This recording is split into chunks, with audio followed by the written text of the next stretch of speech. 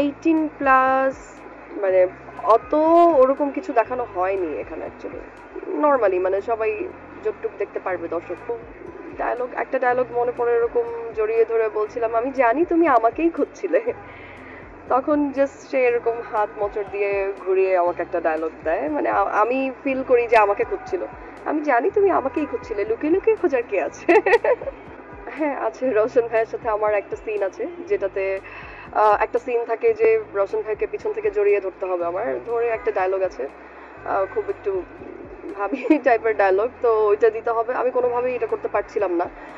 এরকম 5 বার 6 বার সিন নেওয়ার পর মামুন ভাই তো রেগে গিয়ে বলতেছিল লাইক, যাই তোমরা তুমি কেন সিনটা করতে পারতেছো না। তো তখন রওশন ভাই আমাকে কমফোর্টেবল করে, লাইক ঘুরে বলে যে শোন তুই আমার ছোট বোনের মতো, তুই আমাকে ভাইয়া ডাকিস না। হ্যাঁ ভাইয়া ডাকি।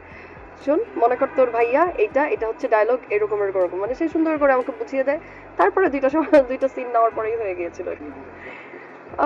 অ্যাকচুয়ালি প্রথম থেকেই তো ভাইয়ার, মানে তার সাথে আমার ইন্টারাপ্ট বা ইন্ট্রোডাকশনটা ছিল লাইক ভাই বোন, ভাইয়া বোন।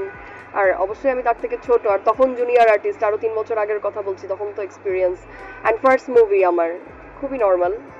হ্যাঁ রওশন ভাইয়ের দিক নির্দেশনা এরকম ছিল যে এটা তোর লাইফের ফার্স্ট মুভি, এটা হচ্ছে স্ক্রিপ্ট, যখন তুই স্ক্রিপ্টে থাকবি তখন ওই ক্যারেক্টারের ভিতরে ঢুকে যেতে হবে। তুই এখন তুরিন না, তুই ভুলে যা তুই তুরিন না, তুই মিলি। আমার ক্যারেক্টারের নাম ছিল মিলি।